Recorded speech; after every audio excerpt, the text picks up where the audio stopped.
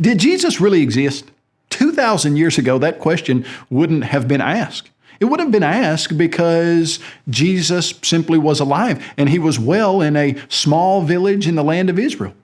Had you seen him for yourself, you most likely would have considered him to be a very average-looking Jew. But he was certainly anything but average. He spoke like no other spiritual teacher ever had. He proclaimed himself to be the Son of God. He forgave people's sins while he was on earth. He foretold his own death, and he performed verifiable miracles that even his enemies couldn't refute. His life and death and resurrection were so powerful that he started a movement which remains in existence and continues to spread across the globe 2,000 years or so after it started. Since millions of first century Jews lived, died, and faded away, just the fact that we're even wondering if Jesus exists says something about the truth that he did. But now let's get to the heart of the question.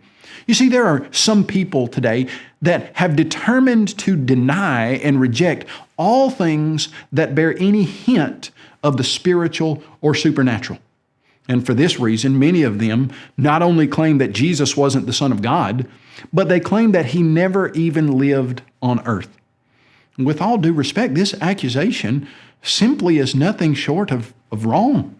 Jesus' life is one of the most historically documented lives in all of ancient history. Any person who wanted to discover the truth about Jesus' life could begin by looking at the books of the New Testament. When we turn to Matthew, Mark, Luke, John, the book of Acts, and the epistles that were written by Paul, we see that they talk about, they focus on, they center around the personality and teachings of Jesus. But some people look at these books and they want to claim that you can't use those to prove that Jesus lived on earth because they're biased, because these books were writing in favor of Jesus. Well, this claim fails for two reasons. Number one, the writings of the people who are claiming that you can't use biased writings, well, their writings are biased. And so would they say we could throw out their writings because they're biased? Sauce good for the goose is good for the gander.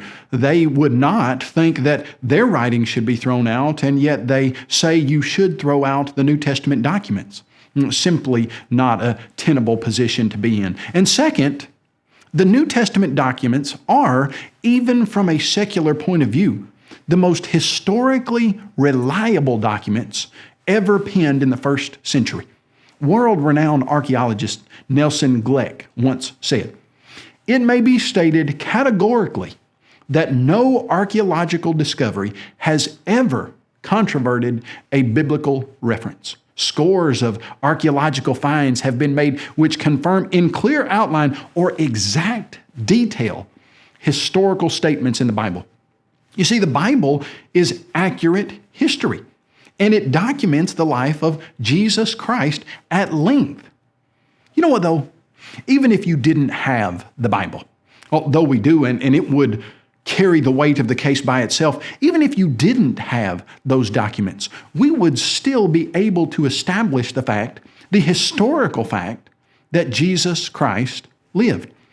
A man by the name of Josephus, he was a well-known Jewish historian. He mentions Jesus twice. He wrote about a man named James, the brother of Jesus, who was called the Christ. Additionally, the Roman historian Tacitus wrote in regards to the originator of Christianity. He said Christ had been executed in Tiberius's reign by the governor of Judea, Pontius Pilate, which is virtually the exact same statement that the New Testament documents make. Now notice how Tacitus marked the life of Jesus. He marked it by the emperor of Rome time period and the governor of Judea. Now, what are we saying? That's exactly how a Roman historian who would be writing historical information down would have documented the life of a Jew living in the first century, by the certain period of this Roman emperor and by the period of the governor of Rome that was there in Judea.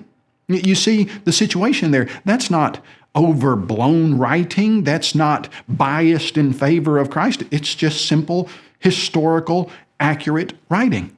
There was another Roman official by the name of Pliny the Younger. He wrote in about AD 110. In a letter to the Emperor Trajan, he mentioned Christ 3 times.